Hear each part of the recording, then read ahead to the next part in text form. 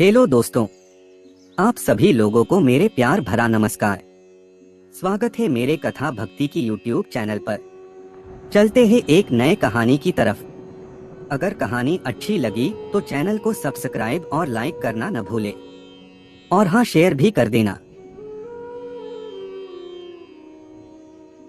सालों पहले एक गांव में ऐसा गरीब धार्मिक ब्राह्मण रहता था जिसकी कोई संतान नहीं थी। वह रोज नहा धोकर मन से देवताओं की पूजा करते हुए संतान की मांग करता, लेकिन ब्राह्मण की पत्नी खूब आलसी थी। वह न स्नान करती थी और न ही पूजा पाठ। पत्नी की इस आदत से ब्राह्मण दुखी रहता था। ब्राह्मण के धार्मिक गुणों से उसके घर में जल्द ही संतान के रूप में एक पुत्री ने जन्म लिया। उसकी पुत्री भी ब्राह्मण की ही तरह धार्मिक थी। जैसे जैसे वो बड़ी हो रही थी, पूजा पाठ में उसका मन भी उतना ही लगने लगा। वह हर रोज सुबह उठती, स्नान करती और भगवान विष्णु का ध्यान व जप करती थी। इसी तरह वो बृहस्पतिवार का उपवास भी करने लगी। इससे ब्राह्मण के घर की गरीबी भी दूर होती गई। हर दिन पूजा पाठ करने के बाद वह पढ़ने के लिए स्कूल भी जाती थी। स्कूल जाते समय वह अपनी हाथों की मुट्ठियों में जौ भरकर स्कूल के रास्ते में गिराती थी। जब वह स्कूल से वापस घर के लिए आती तो गिराए गए जौ के दाने सोने में बदल जाते थे, जिन्हें उठाकर वह घर लेकर चली आती थी। एक दिन ब्राह्मण की बेटी सोने के जौ सूप से साफ कर रही थी। तभी वहां आकर उसकी माँ ने कहा, बेटी, सोने के जौ को साफ करने के लिए सोने का सूप होना चाहिए। ब्राह्मण की बेटी को माँ की बात एकदम सही लगी।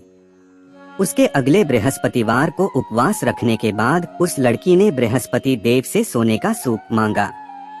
ब्राह्मण की बेटी हर बार पूरे विधि विधान से बृहस्पति देव की पूजा अर्चना करती थी। इससे प्रसन्न होकर भगवान उसकी सारी इच्छाएं भी पूरी कर देते थे। इसी तरह उन्होंने सोने के सूप वाली प्रार्थना को भी स्वीकार कर लिया। अगले दिन हर रोज की तरह ब्राह्मण की बेटी पूजा पाठ करके स्कूल गई और रास्ते में जौ के दाने बोते हुए गई। वापस आते समय जब वह जौ के दाने बिन रही थी तो उसे सोने का सूप भी मिल गया। सोने का सूप लेकर वह घर आई, जिससे उसने सोने के जौ साफ किए। एक दिन इसी तरह ब्राह्मण की बेटी घर के बाहर बैठकर सोने के जौ को सोने के सूप से साफ कर रही थी। तभी उसके घर के सामने से एक राजकुमार गुजर रहा था। राजकुमार ब्राह्मण की बेटी को देखते ही उस पर मोहित हो गया। जब वह अपने महल पहुंचा तो ब्राह्मण की बेटी के मोह में उसने खान पीना त्याग दिया। जब राजा को यह पता चला तो उन्होंने राजकुमार से इसका कारण पूछा। राजकुमार ने अपने दिल का सारा हाल राजा को बताया। अगले ही दिन राजा अपने मंत्री के साथ ब्राह्मण के घर गया और ब्राह्मण के सामने उसकी बेटी का विवाह अपने राजकुमार से करवाने का प्रस्ताव रखा। राजा का प्रस्ताव सुनकर ब्राह्मण काफी खुश हो गया। उसने तुरंत ही विवाह करने के लिए हाँ कर दी। कुछ ही दिनों में राजकुमार और ब्राह्मण की बेटी की शादी हो गई। इधर ब्राह्मण की बेटी शादी होने के बाद अपने ससुराल चली गई। उधर ब्राह्मण फिर से गरीब होने लगा। उसके बुरे दिन दोबारा वापस आ गए। एक दिन ब्राह्मण अपनी बेटी से मिलने के लिए उसके ससुराल गया। पिता की हालत देखकर उसने बहुत सारा धन देकर ब्राह्मण को विदा किया। बेटी का दिया हुआ धन कुछ ही दिनों में खत्म हो गया और ब्राह्मण गरीबी की वजह से परेशान हो गया। ब्राह्मण फिर से अपनी बेटी से मिलने के लिए महल गया और उसने बेटी को सारी समस्याएं बताई। अपने गरीब ब्राह्मण पिता की बात सुनकर उसकी बेटी ने कहा, पिताजी, कल आप माँ को लेकर मेरे पास आएं। मैं उन्हें बृहस्पति देव के उपवास और पूजन की विधि बताऊंगी। इसे करने से सारी समस्याएं दूर हो जाएंगी। ब्राह्मण ने ऐसा ही किया। अगले दिन वह अपनी पत्नी को लेकर महल में बेटी से मिलने के लिए गया। पुत्री ने अपनी माँ को बहुत समझाया कि उन्हें आसल त्याग कर सुबह स्नान करना चाहिए और भगवान विष्णु की पूजा करनी चाहिए, लेकिन ब्राह्मण की पत्नी ने उसकी एक भी बात नहीं सुनी। वह अभी भी पहले की ही तरह रहती थी।